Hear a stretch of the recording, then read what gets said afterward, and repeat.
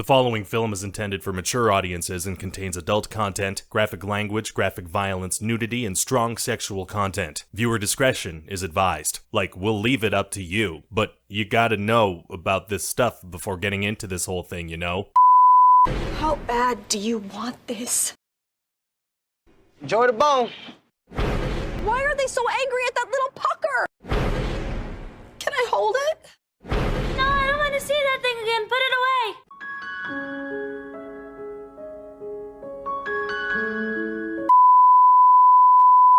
Hey guys, what is up, what is up, what is up?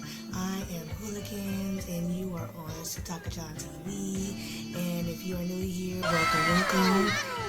Thank you for watching. Let's get into it. My name is Hooligans. If you are new here, like, comment, and subscribe. If you could, please and please. It means a lot with the algorithm and my channel. And let me know if you guys like this type of content. If you don't, just let me know what I can work on respectfully. And I will basically try to incorporate it into the video or whatever. But again, hello, my name is Hooligans, and we are going to start this off with a bang with two trending topics. The first one will be about the Dan Schneider allegations and what's going on with Nickelodeon and 90s. Nickelodeon was kid everything, and you better hope that your house had cable. Wasn't there to educate you. We were there to have fun, to get slimed, to be entertained. And this is when Dan Schneider arrives, Nickelodeon's golden boy. He created these shows that were hugely successful for them. No one had ever really done sketch comedy starring kids for kids. He launched the careers of child actors who became major stars. For 20 years, he shaped children's entertainment and culture. Thank you for being here. But Quiet on the Set documentary that I watched, and it was really gruesome. That documentary was something else, so we'll get to talk about that first. And let's see how you guys feel about that. And I can just let you guys know right off the bat, I did not like that documentary. As far as, like, you know, what happened to the kids. The documentary was super good, emotional.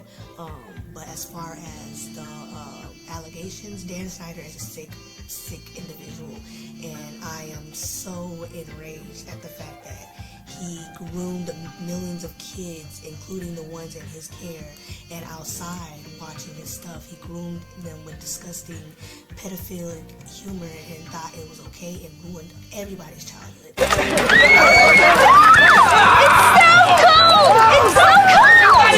Ruined my childhood for a big part of it, because I was a Nick kid. I was a huge Nick kid. I grew up on all that. I remember watching the scenes that they were showing, the ones with the collaborating sugar and all that stuff. I remember.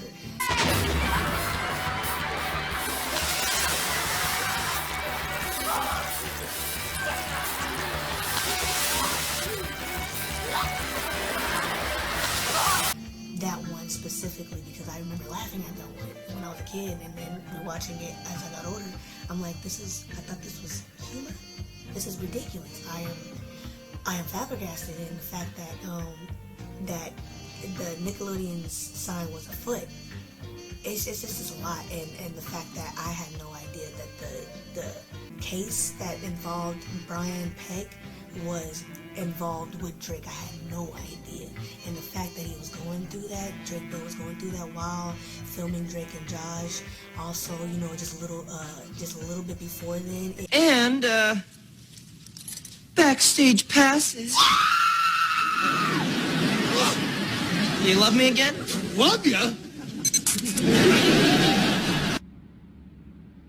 It breaks my heart because I was a huge Drake Bell fan. I was a huge Drake and Josh fan. I was a huge Amanda Bynes fan. Just a lot of things that happened. Amanda Bynes' character that was basically the man. Me and my family does that all the time. That sound effect, and the fact that her character was named after a penis or something to that degree. It's just a lot that Dan Schneider had his hands on. The fact that he knew a lot of things as well and had the certain cast members in certain situations. It's just a sick situation with the Dan Schneider allegations. And like I said, Nickelodeon, yeah, you've already been done, you know, with the SpongeBob shit, you know, making SpongeBob very questionable. If you guys looked at SpongeBob new episodes, they're very demented, if I can put it lightly.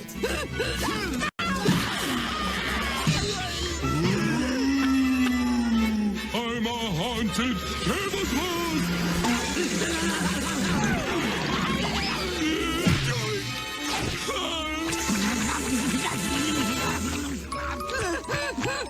Not creepy nursery rhyme music!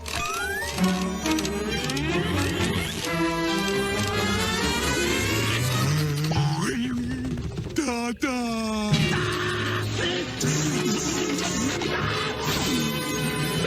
Thank you, Daddy! Very gross.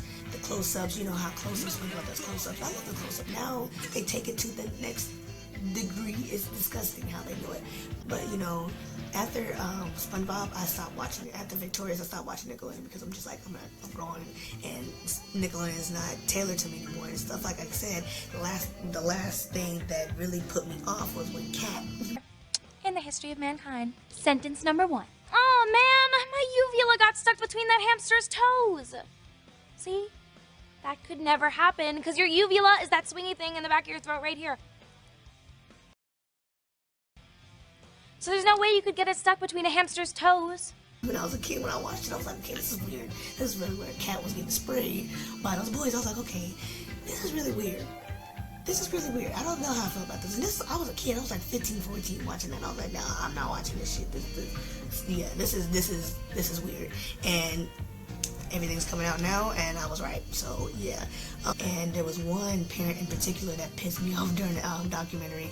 She was talking about her daughter was being groomed or talked to by an older gentleman that was a stage manager, and you know, would take the kids backstage, you know, to their sets or to their dressing rooms, and that's on his own little side eye. And the fact that she knew that he was texting her, he texted her, you know, all the time, and she was okay with that. And she said, at first I thought it was weird, but I checked the messages once, and it seemed harmless. And she just let the child, you know, text a grown man for however long until she ends up, you know, I guess the last straw apparently wasn't a grown man texting her child, but a grown man sending her child, you know, nudes, which was inevitable because you allowed this to happen. And even worse on her part, she knew what happened with her child, but instead of reporting it to the police, she just let him go. Just let him go. Just made him stay far away from her child, not realizing that her actions basically pushed him to, embolden him to go in and act on another child. Now it just talked about the shows that he had been working on. After that, they were emailing more. She would tell me, oh, I got an email from Jason. He's doing this, he's doing that. I didn't see any harm in it. A couple months later, she was sitting at the computer, and all of a sudden I noticed she had suddenly shut down the computer completely and got up and ran into her bedroom and slammed the bedroom door shut. And I said, Brandy, what is wrong? She started to cry. And she said, I got an email from Jason. It was a picture of him naked. And he said he had sent it to her because he wanted her to see that he was thinking of her. I went back and forth with, should I call the police? They're gonna think I'm a bad parent because I allowed her to talk to this person. Shut up, bitch! Oh my! What he did. I can't say what I wanted to say on YouTube, but you know, she basically enabled this behavior, if I could say that, because she didn't do any of the steps to at least, not that it would help with Nickelodeon and these type of industries, but the fact that, you know, she didn't do her due diligence as a mother and call the police on this man when he sent her nudes when he did the first time. So that was my biggest gripe. One of the biggest gripes with one of the parents, and that's one thing I should say, is that the parents should be held accountable, not Drake's dad. Or the two black moms, their testimony of what happened with their kids were also heartbreaking as well. You had one mom that actually did try to step up, but she got ostracized and literally blackballed and essentially blackballed her kid for speaking up and was like, something's not right, this isn't right, you know, because one of her kids was dressed up with a penis, you know, it looked like, you know, it was a nose, but the prosthetics on the costume and on his face was essentially a penis. And then the shot, the whole skit or whatever ended with a cum shot. So, you know, the mom tried to say something and they kind of, you know, booted the kid off after a while. And, you know, that was really sad to see, and it strained their relationship. So her and Drake's testimonies was just heartbreaking to see this from a kid's network. It's just ridiculous. It was just a hard watch. If you want to watch it, it's called Quiet on the Set. I watched it on HBO Max. That's where I watched it. It's a four-part series, really good, tear-jerker. Here's the rest of the video that I made on top of that, and then we can get on top talk about our next topic, which is Diddy. And this one was a doozy, and I have a couple of my thoughts on that as well. But yeah, you guys can take a look at that, the Dan Schneider Quiet on the Set part, and you guys can let me know how you guys feel about that down below in the comments. Hey, it's Boogie. I played T-Bo on Nickelodeon's iCarly. I got a chance to watch the Quiet on Set program, and I reached out to Dan to see if it was something that he'd be willing to discuss. I'm pleased to say that he said yes. Dan, how are you? I'm okay. I really appreciate you reaching out and giving me the opportunity to talk to you about what we saw over the last 2 nights. Watching over the past 2 nights was very difficult. Me facing my past behaviors, some of which are embarrassing and that I regret, and I definitely owe some people a pretty strong apology. It was wrong. It was wrong that I ever put anybody in that position. It was the wrong thing to do. I'd never do it today. I'm embarrassed that I did it then. I apologize to anybody that I ever put in that situation. And even additionally, I apologize to the people who were walking around Video Village or wherever they happened, because there were lots of people there who witnessed it who also may have felt uncomfortable. So I owe them an apology as well. Yeah. I don't mean to cut you off, but if I can cut right to the chase, let me just say, no writer should ever feel uncomfortable in any writer's room, ever, period, the end, no excuses. Most TV writers, comedy writers have been in writers' rooms, and they are aware that a lot of times there are inappropriate jokes made and inappropriate topics come up. But the fact that I participated in that, especially when I was leading the room, it embarrasses me. I shouldn't have done it, because they were great. My first couple of experiences were fantastic. And the fact that I didn't pay that forward to every employee that walked through my door, it hurts my heart, because I should have. And I wish I could go back and fix that. In the writer's room, there's no doubt that sometimes those jokes went beyond the pale, and I said things that went too far, or made practical jokes that went too far, and that was wrong. And that was because, you know, I was an inexperienced producer, I was immature, wouldn't happen today, but I'm just really sorry it happened. Shut up, bitch! Oh my God!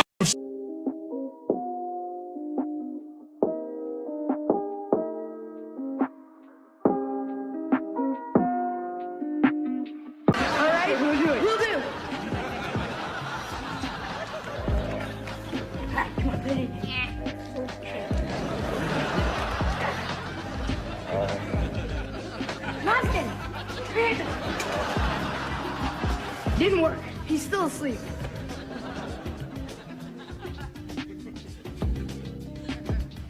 Try this. Shall I? By all means.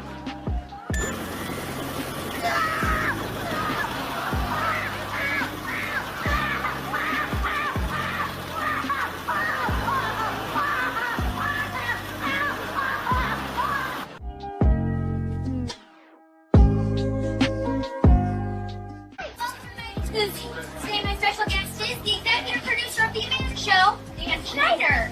Hi. Hi, you're the executive producer of the show. Yes, I'm the executive producer and the head writer. You actually wrote the words we're saying to each other right now. Yeah. Yes, I wrote this whole conversation that we're having right here. Are you the executive producer? Give me an IC. Can we have an IC before sent to the executive producer? IC. Now, IC now. I see now, sent to the executive. Hi, welcome to my koozie. And my special guest is the executive producer of the Amazing Show, Dan Schneider. Hi. Now, you're the executive Yeah, I am the executive producer and I'm the head writer. You actually wrote the words you're saying together right now? Yes, I actually wrote this whole conversation that we're having right now. I see. Now, since you're the executive producer of the show, can I have a raise? No. Okay. How about I play the spaghetti? Nah. No? I'm kidding, I'll have some spaghetti. Bring me the spaghetti. All right. Yeah. Bye-bye. Bye-bye. Very good spaghetti. Excellent. Excellent.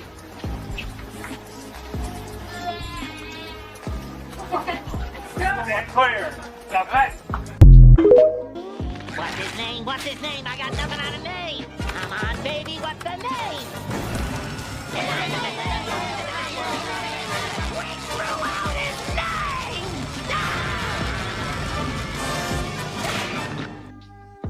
Oh boy, what a week, y'all. Let's talk about it. My name is Jack. I was a child actor on Zoe 101, one of this guy's shows. I also worked in his production department as an intern on iCarly, and I worked in the writer's room on Salmon Cat and Victorious. This Max documentary that was recently released did a really good job of uncovering the details of workplace toxicity, specifically on Dan Schneider's shows for Nickelodeon.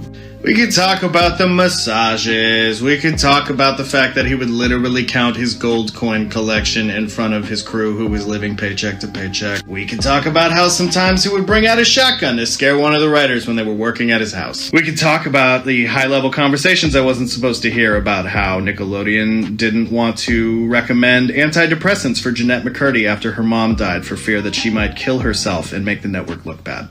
But what I do want to talk about is never letting this stuff happen again. This is an entire industry built on hope and dreams and adrenaline and wish fulfillment.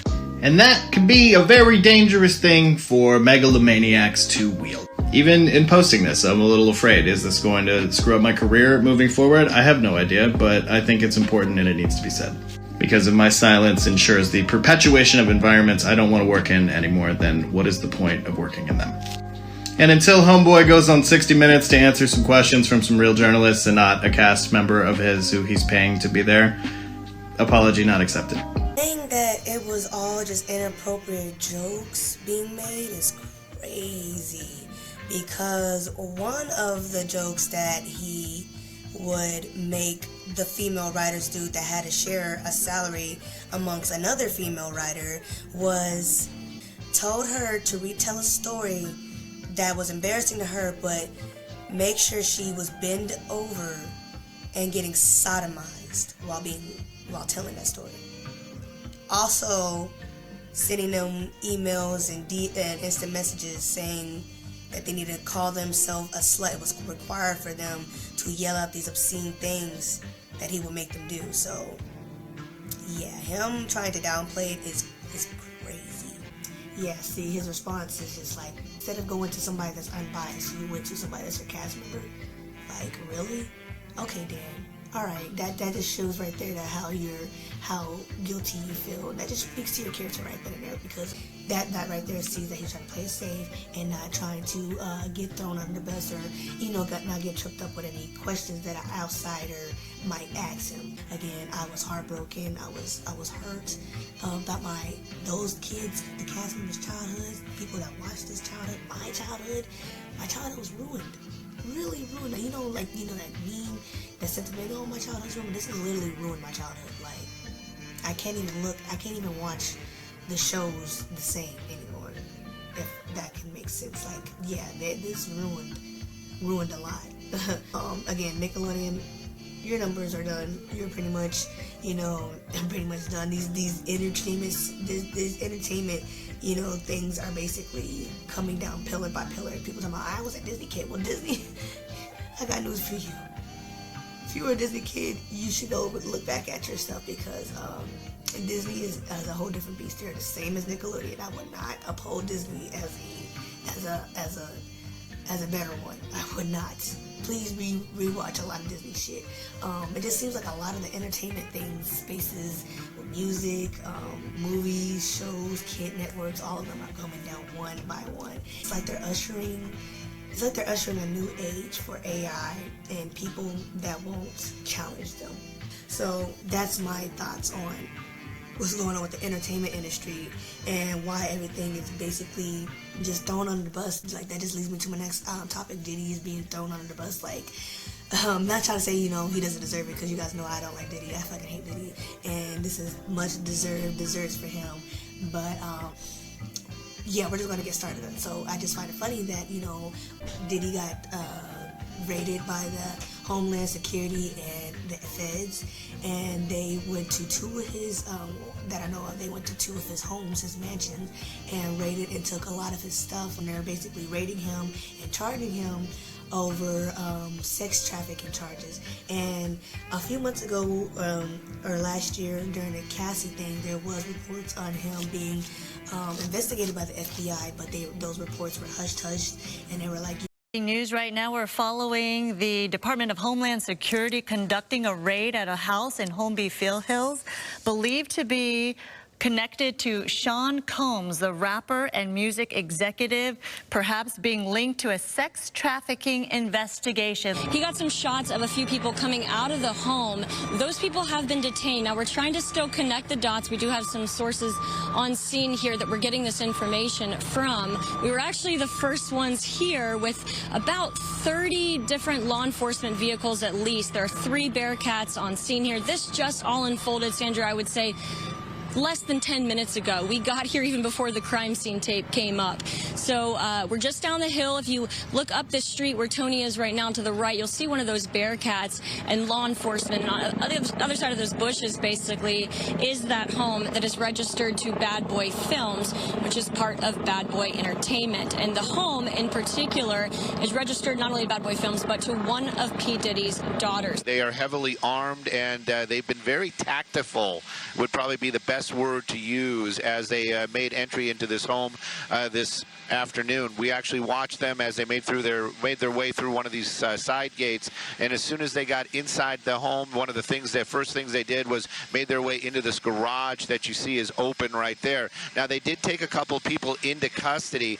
We witnessed that. Now, are they under arrest? Are they just being asked about what they know? That I can't answer, but I can tell you there's 3 people right there that were taken into custody, were inside that home at the time of the raid. We did see a bunch of investigators going in, making the raid in there and clearing that as well. So they're going to do a thorough search as they conduct this raid. And so far, Stu, from what I understand and from Haley on the ground there, they have not seen, and we have not seen from our vantage point, any sign of Sean Combs, the 54-year-old who is believed to be the property owner of this. They didn't know, but now we know that they were true. He was being investigated for sexual charges, sex trafficking charges, and I was like, oh my God.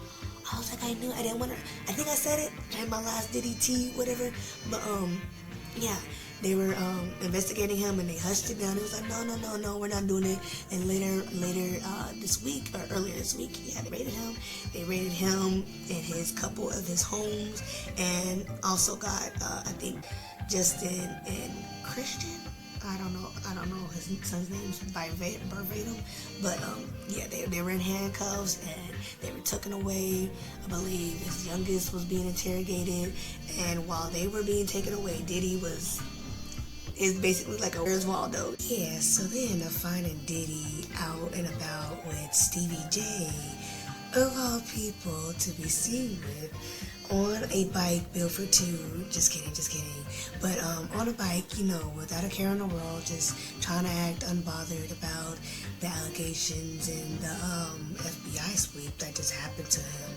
Dang, they're like a week ago, like, and the looming more, you know, just more allegations, more lawsuits, just so much that's coming out every day about this situation. So it's just so funny to see him acting unbothered with his alleged boy toy, one of his alleged boy toys, allegedly.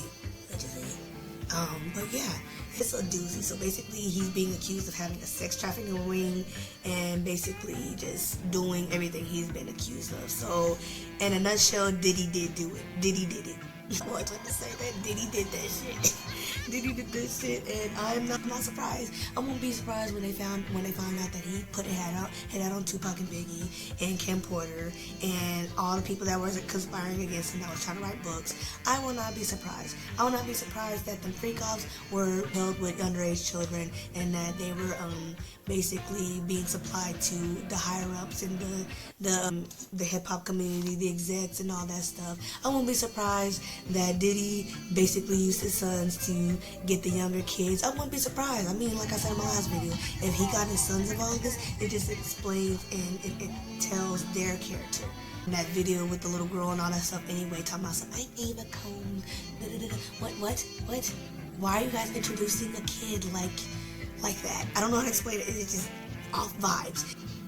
And quick update. So, basically, there's a rumor going around about the Ava girl, and basically they're saying that she has been missing. Her family has reported her missing, so there's that. I have a video for that, so you guys can take a look at that. It's some crazy stuff. I mean, Diddy might allegedly be into even more sex trafficking, allegedly. This is some wild stuff. You guys can take a look at this. Named Ava Grace Baldwin. She was just 6 years old when she was reported missing from her elementary school in Texas. She had not shown up for school in nearly 3 weeks when the school contacted her father. Police believe her mother took her. For the last 8 years, her dad has been on a quest to find Ava. When I lose my tooth, the tooth fairy will come and get it and leave me money under my pillow because I lose the tooth and I brushed it nice and clean. Thank you, tooth fairy. In September 2015, David Hopper got a call from his daughter, Ava Grace's elementary school. Ava hadn't been to class for 21 days. Did he know where she was? Ava and her mom, Catherine Baldwin, lived in San Antonio, Texas. Police to report his little girl missing. What they found surprised them. When we sent the police out there to the location of the last address that we had known from it turned out to be an empty lot. And that's when we kind of figured, okay, there's something going on here. All the while, David says Catherine's life was spiraling. He says she was in and out of church missions, shelters, and relationships as he fought for more access to Ava. But David says one day Child Protective Services was alerted to a salacious video of Catherine performing a sex act. 2-year-old Ava was in bed behind her. CPS contacted us and said, if you will help us find her, then you can have your daughter. I'm a Scorpio. No. What's your last name? Ava Combs. What's your other last name? Ava Baroni. Ava Baroni Combs? Yes, it's breaking news. Diddy adopted a white child. I want you to tell them the story about how I adopted you. But you still have beautiful parents but you're my child also. But please tell the story. So, I was on the streets, and then Papa Combs decided that he would like to be a caring man. So then he saw me and decided to pick me up and said to come inside and play with his kids.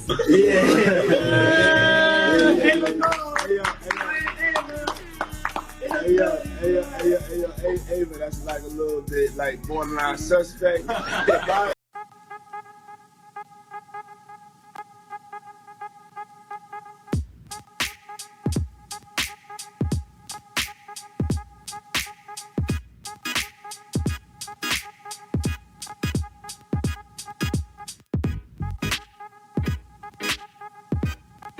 Again, this is all alleged, but if you can't really see the resemblance, I don't know what to tell you. But to me, I'm not 100% on it, but I am 98% on it because she looks entirely too similar to that little girl that's missing. So that's one little instance of another weird thing of Diddy's, allegedly, of him just doing some demented stuff. And freak-offs that he was having Cassie and all those poor girls doing, they were demented sex trafficking rings. sex trafficking rituals, and it did, another report came off as well. The Universal Music Group executive, he's being investigated as well, and he's in charge of Taylor Swift, Drake, all the big names. He's in charge of. He's one of the exec of the Universal Music Group, and he is being investigated for sexual trafficking charges as well. So that's the whole Diddy tea. There's a lot more coming out. Here's my update about it. I'm definitely going to do more. I knew there was a cabal in the entertainment industry. Beyonce's in there, Rihanna's in there, all them bitches are in it. Jay-Z is next. Oh God, they're next. They do that Illuminati shit. They are trying to clean house in the entertainment industry.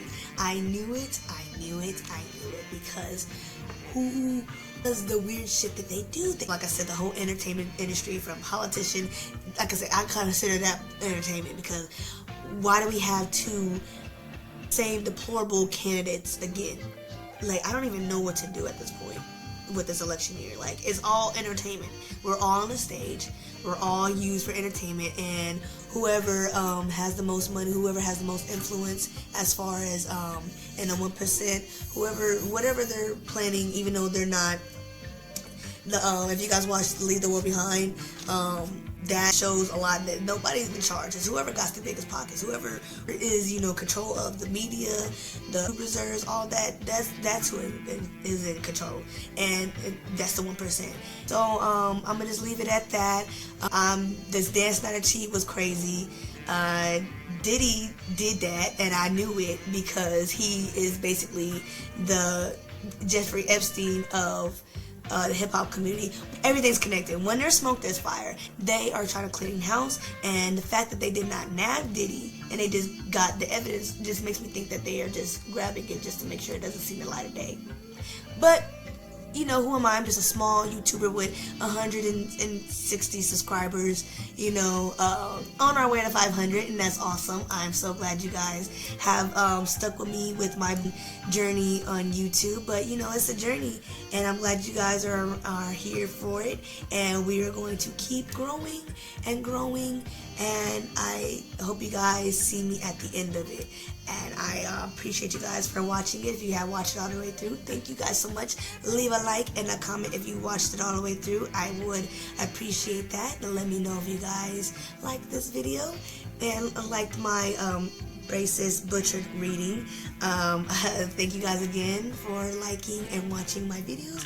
I will see you guys in the next one, where I talk about animes, and I'm excited to talk about them because they are really good, and I want you guys to be in the know. So thank you guys so much. Diddy did that stuff. I knew he did, and bye.